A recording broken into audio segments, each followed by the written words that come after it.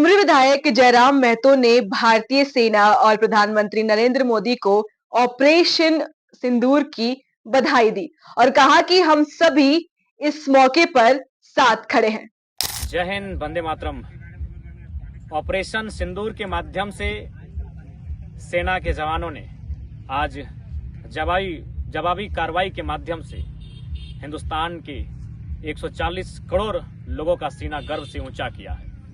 माननीय देश के प्रधानमंत्री और सेना के इस कृत्य के लिए, इस कार्रवाई के लिए आज देश उनके साथ खड़ा है और साथ ही साथ देश का हर एक दल, हर एक वर्ग, हर एक देशवासी चाहता है कि अब वक्त हो चला है कि आतंक का इस देश से नामो निशान को ही मिटा दिया जाए। सेना का आभार, जिन्होंने हमारी माताओं बहनों के उजड़े हुए सिंदूर का जवाब सिंदूर और ऑपरेशन से दिया है। और साथ ही हमारे संगठन प्रधानमंत्री नरेंद्र मोदी द्वारा जो भी निर्णय आतंकवाद के खात्मे को लेकर लिए जाएंगे, हम लोग मजबूती के साथ खड़े रहेंगे। अगर देश को जान की जरूरत पड़ी, हम लोग जान देंगे और लहू की जरूरत पड़ी तो लहू देंगे।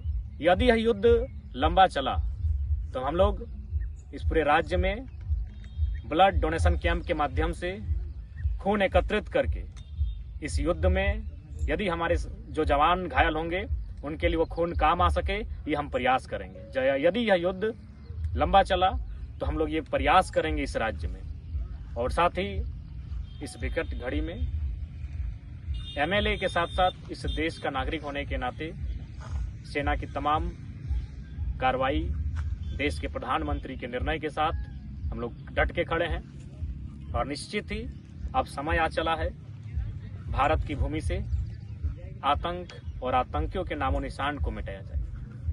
हरिओम पवार जी की एक कविता थी कि हमने 70 साल गवा